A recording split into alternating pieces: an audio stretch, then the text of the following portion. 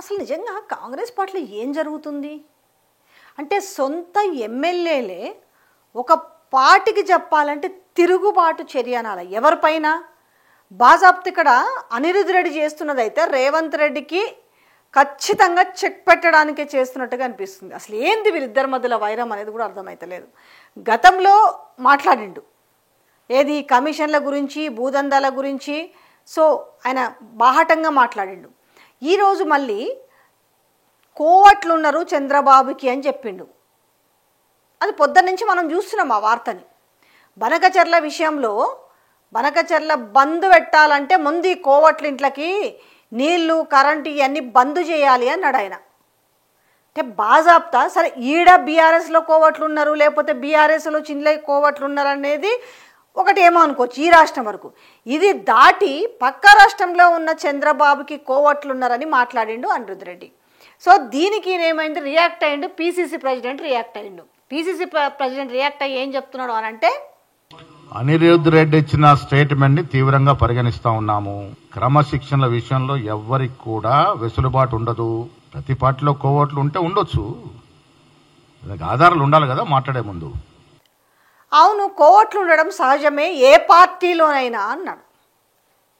కానీ ఇక్కడ మీకు ఒక తేడా కనిపిస్తలేదు. ఏ పార్టీలోనైనా కోవట్లు ఉండడు సహజం అని అంటే ఆయన చెప్పింది ఏంది, ఇక్కడ చంద్రబాబు నాయుడికి కోవట్టుగా రేవంత్ రెడ్డి పనిచేస్తున్నాడు అనే కాంటెస్ట్లో చెప్పిండు. సరే ఆ మాట ఆయన ఎత్తలేదనుకో, కానీ ఇంకంతే కదా. ఇక్కడ చంద్రబాబు నాయుడికి కోవట్లు ఉన్నారు అని అంటే ఇక ఇంట్లో వినిపించే పేరెవరిది, ఖచ్చితంగా రేవంత్ రెడ్డి పేరే వినబడుతుంది. ఈ నేపథ్యంలో మరి పీసీసీ ప్రెసిడెంట్ మాట్లాడతాడు, దీన్ని చాలా సాధారణంగా తీసుకుంటాడు. అవును కోవట్లు ఉండడం సాధ్యమే అని అంటాడు, ఉన్నారు అంటాడు. ఇప్పుడు జరుగుతున్న చర్చ ఇప్పుడు బీజేపీలో కోవట్లు ఉన్నారో లేకపోతే బీఆర్ఎస్లో వచ్చి దీంట్లో కోవట్లు లేకపోతే వీళ్ళెళ్ళి అందులో కోవట్లో ఉన్నారనే చర్చ కాదు ఇక్కడ. ఏకంగా పక్క రాష్ట్ర ముఖ్యమంత్రికి చంద్రబాబు దగ్గరికి మన పార్టీలో నుంచి కోవట్లు ఉన్నారని చెప్తున్న మాటని అంటే చాలా తేలిగ్గా తీసుకున్నారా. సో వాట్ అయితే ఏందని చెప్పిండా ఇక్కడ పీసీసీ ప్రెసిడెంట్. కానీ అసలు ఏం జరుగుతుంది, ఆయనేమో కోవట్లు ఉన్నాడు, ఉంటే తప్పేందని ఈయన అంటుంటాడు.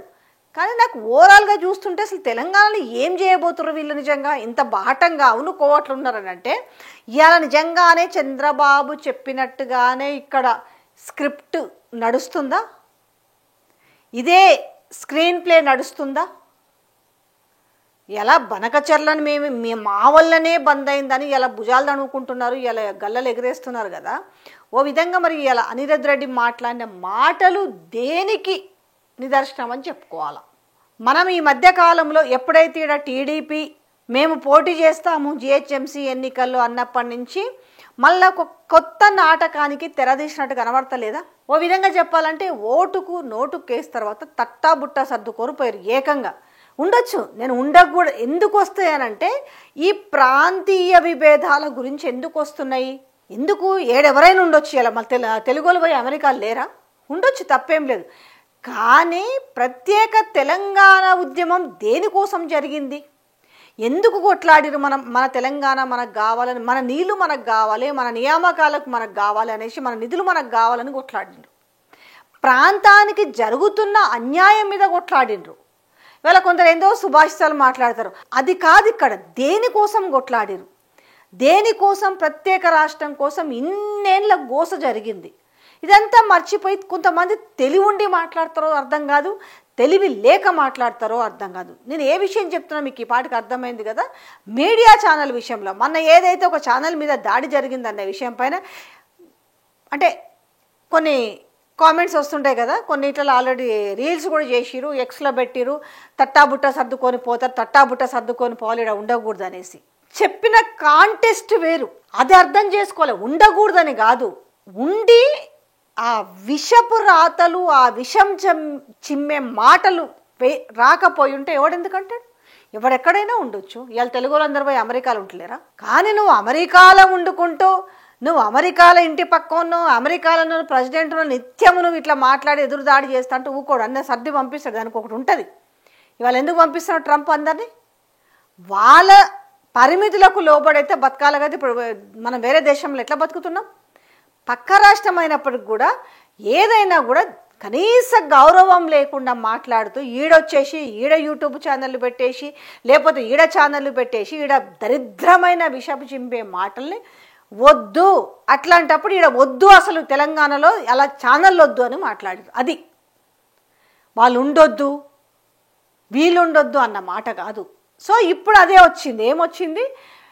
పక్క రాష్ట్ర ముఖ్యమంత్రి చంద్రబాబు ఇక్కడి నుంచి తట్టాబుట్టా సర్దుకొని పోయిన తర్వాత మళ్ళా లేని టీడీపీని మళ్ళీ దాన్ని లేపి కూసబెడతాము, మళ్ళీ జిహెచ్ఎంసీలో పోటీ చేస్తాము అంటే ఈ వెనకాల అసలు తతంగం ఏం జరుగుతుంది? అసలు ఇప్పుడు కూటమిగా పోటీ చేస్తాము అంటున్నారు రేపు జిహెచ్ఎంసీ ఎలక్షన్లు. ఎవరెవరు?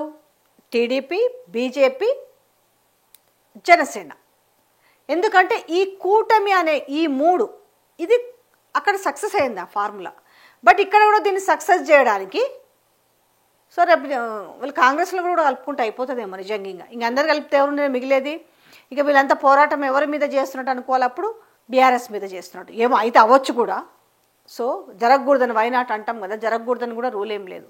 సో ఈ రకంగా ఇవాళ ఒక దాడి చేసే ప్రయత్నం జరుగుతుంది. కాబట్టి ఈరోజు అనిరుద్ధ్ రెడ్డి మాట్లాడిన మాటల్లోని ఆంతర్యాన్ని గమనించాలి. ఆయన చాలా లోతుగా ఆలోచించి చెప్పిండు. బనకచర్ల విషయంలో బనకచర్ల బంద్ కావాలంటే పూర్తిగా ఎవడైతే కోవట్టున్నాడో వాడికి ఇంటి కరెంటు కట్ చేయాలి, నీళ్లు కట్ చేయాలి, ఇవన్నీ చెప్పిండు. నల్ల నీళ్ళు కట్ చేయాలి, ఇవన్నీ చెప్పిండు అని అంటే మరి దీని వెనక అర్థాన్ని గ్రహించాలి. ఆయన సూటిగా మాట్లాడింది అయితే అర్థమైంది ఈ పాటికి మీకు కూడా.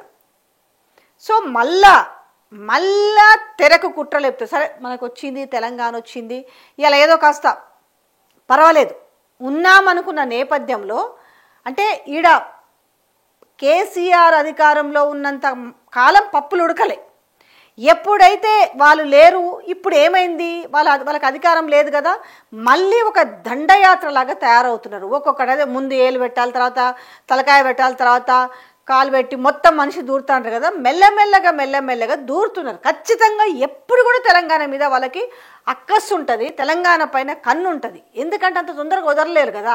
తెలంగాణలో అక్రమంగా కూడబెట్టుకున్న ఆస్తులుండే, మరి తెలంగాణ మీద కన్నున్నప్పుడు ఇంకా అక్రమంగా సంపాదించాలి, తెలంగాణ పైన ఆధిపత్యం జలాయించాలనే కోరిక ఎప్పుడు చేస్తుంది? మనిషి సచ్చిందాకా సావదు.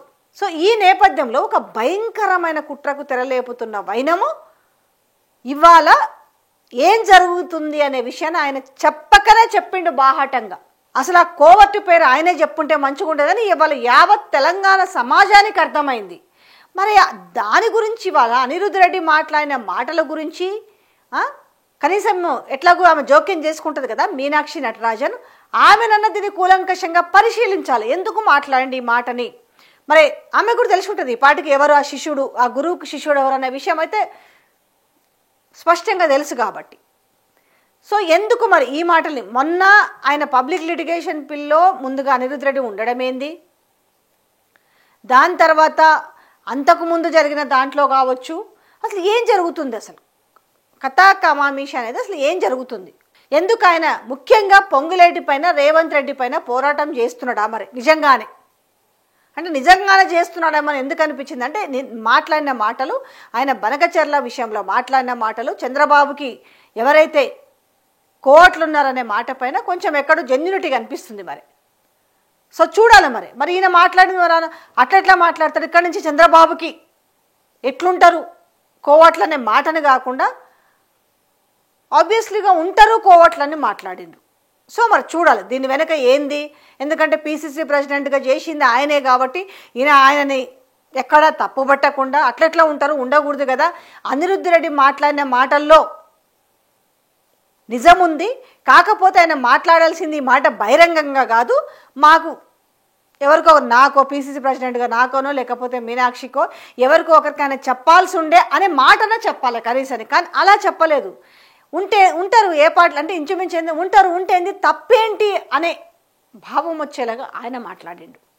సో కాబట్టి గమనించగలరు ఇక ఏం జరుగుతుంది, పక్క రాష్ట్రం నుంచి ఈ రాష్ట్రానికి ఎలా చొచ్చుకు రావాలి, ఎలా దండయాత్ర చేయాలనేది ఏ రకంగా జరగబోతుందనే విషయాన్ని నేను కాదు వాళ్ళ ఎమ్మెల్యే చెప్పిన మాటల్ని మీరు చూడొచ్చు.